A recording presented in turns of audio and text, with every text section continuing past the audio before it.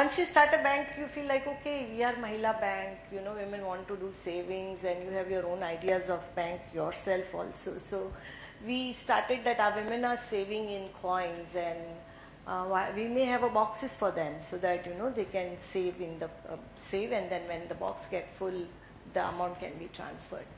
So one of the women, she said like, whose stupid idea is this?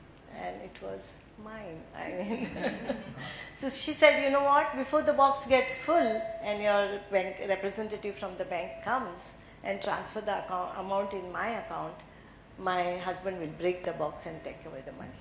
That was the first learning that, you know, we talk of access to finance, but women talk of control on finance. And then if you are providing the saving accounts or whatever, then how can they control their savings? How can they control the finance? That was a learning for us, that okay, which means that when you design the product, you talk to them. And there are several, I can go on, but I just want to say that at that time it was so interesting that when we started talking to women, not only just with the savings, but with the loan also, they did in the same way. They said, we want to buy a goat. One of the women, she said, I want to buy a goat. I don't want money in my account, or don't give me money as a loan. I will select the goat, and whatever is the price of that goat is my loan amount. And I will pay weekly repayment because I earn wages. I'm a wage earner and I get my salary at every Wednesday on the weekly market. So that was another learning, that, you know, she's so clear in her mind. She wants a loan. She wants to buy a goat. There's so much of pressure, so she doesn't want cash in her hand. She wants a goat, and then she says that I will repay weekly. So she knows how am I going to repay the loan. So it's a matter of listening to them and design the product in such a way. So these were the learnings when we started the bank. That was, one was that design the product in such a way that our client owns the product, owns the finance, has a decision-making power through the product.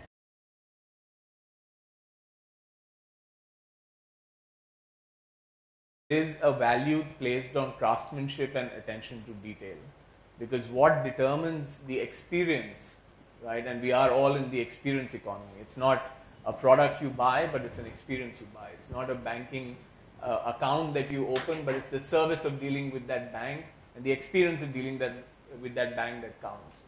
And experience is fundamentally driven by the details that you come in touch with, right? Whether it's the bank personnel that you interact with when you walk into a branch, or the manner in which your account statement is communicated to you, or a certain sort of anomaly or a grievance is redressed. That's the experience. And if you take a passbook and the idea of sort of a consumer sort of going with their passbook and getting it updated at the bank, what you first have to understand, and it doesn't need to be hundreds of consumers, you actually probably need to speak to 5 and really be able to travel that entire journey with them in terms of what is, one, the need for a customer to update their passbook. How do they go about that process? When they walk into a branch and they sort of, they're trying to get that passbook updated, what is the experience there? And you realize that that actually is a fairly sort of long journey. It does not begin and end at the point where a customer presents the passbook to a teller and gets it updated and gets it back. It actually starts at home where there is a certain need for it, right? So that kind of investigation of what is the motivation of the customer and going right through, what could be a beginning elsewhere and ending somewhere else, first has to be mapped. This is a very classic process in design thinking, which is called kind of journey mapping, if you may. And then you begin to identify, where is the experience breaking down, or where is a fundamental need not getting fulfilled.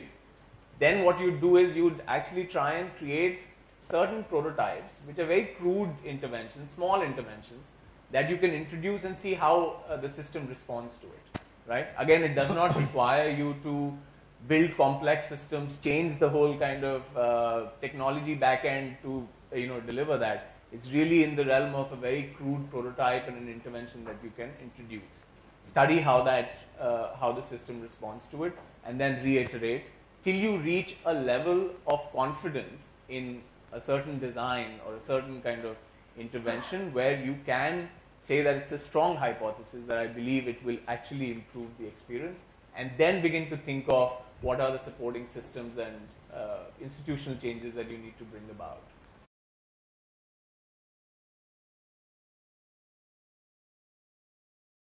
Now, the truth is that a lot of times you see things, you imagine, and you give several examples of ideas that we think in a conference room like such or in a board meeting that they're actually very, very smart ideas. And if you share them with customers and say, hey, you know, do you think this is good? A lot of times people will pick one of the options you're showing them and say, yeah, it's actually really good. If you ask someone, do you like coffee or tea? They'll probably tell you tea, but really what they drink is milk.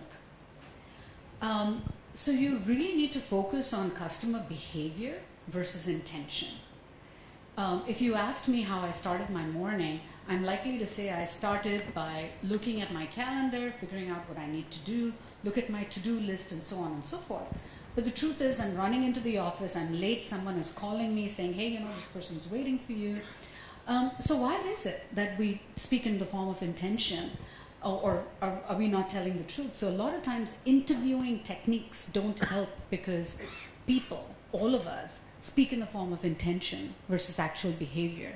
So what testing allows you to do is actually test real customer behavior.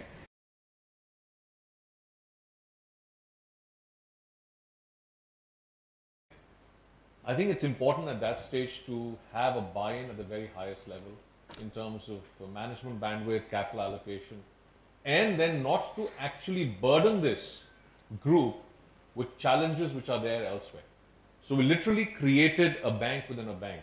So, you know, some of the innovation centers which people talk about, this was a group of 4 or 5 people. We said, can you figure out what works, what doesn't work? And this was early 11, and we said, look, take a 5-8 year view. Do not take a view of 3 months, 6 months. Let the conventional bank take care of that. And I can tell you that the first 18, 24 months was frustrating. We were doing things, we were experimenting, nothing like consumer insights, nothing like testing, but just having a few experiments in the field. And one of the first revelations was that when you take a conventional bank branch and conventional bank managers and you ask them to do financial inclusion plus, you know, financial inclusion becomes the lowest priority. And this is a challenge for the more kind of developed banks which have been there for donkey's years, that it just doesn't really connect with the person on the ground, and you can have all the policies. So that kind of experiment took us about 18, 24 months to understand that there is a demand, but actually your delivery mechanism, your entire empowerment, the sense of prioritization at the point of delivery, and the understanding was totally lacking. So around that time, we decided to actually leverage the entire BC guidelines of the RBI. We started work with one BC, and it took us about 12 to 15 months to really make that partnership start working.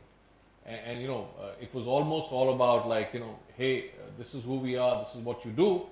And you know, we were concerned because they were going to be an extension of the bank to the customers. But we went down a fairly laborious process because we were very sure that if we cracked this model of partnership, then we could replicate it, you know, pretty successfully. Again, learnings of, you know, technology, design thinking, but in a very crude fashion. Yeah, I don't think we had any of the nice words and nice concepts to benchmark ourselves with. But that partnership took us 12 to 15 months. It was frustrating because technology systems were different. We wanted to dovetail their human capital management and ours, because we were of the view that what if the organizer of this BC started treating their people, you know, as a staffing function versus a banking function? How would we, you know, have quality on the ground? We started looking at risk systems. We started looking at operations, and I know the first 2 years our operations were all centralized along with our conventional retail, so urban retail. So pretty much financial inclusion was again the last priority. So I think so many of these things went, you know, and I'm sitting here today and kind of summarizing it, but it was quite painful, at the same time very important learnings on the operating model. And I think at around August 13th, so it's about 2 years since we started, we reached one metric of, let's say, 100,000 customers and about 100 crores, you know. And for us, it was like a celebration because it meant a lot of learnings. The intent is to break down what is innovation really and what kind of innovations are we talking about. So if you look at a VC business model, there are multiple things that we built. There is a totally disruptive innovation which is completely, you know, off what you do, right? Which is looking at fundamental change in behavior, fundamentally new kinds of products, fundamentally new way of doing things. A blockchain currently, which most of you are familiar with, is an example that I can give. That's like a very different way of doing things. It started out differently, but the way it's emerging is also very different. So that's very disruptive innovation. But there are other kinds of innovation that happen practically on a daily basis, right? Like there is an efficiency innovation. How do you kind of make your business do better within the same metrics, within the same framework, but get better metrics as such? So there is an efficiency innovation that happens. That can happen either by process, changing your business model, doing things differently, and so on. And then there is another kind of incremental innovation, which is about looking at using basic concepts, similar products kind of a thing, right? And tailoring them for different customers. The sachet is a great example of that. Just take a different customer, you have an existing product, they want the same product, they don't want a different product, right? So what are you changing? You're changing the packaging in a way which is like consumable by many more people. So that's called, it's incremental innovation. All these are actually pretty phenomenally powerful. So it's not that only disruptive innovation counts, all innovation counts. In fact, the small innovations, the small steps count as much as a completely disruptive innovation counts, because you can't get the big insights without the small insights.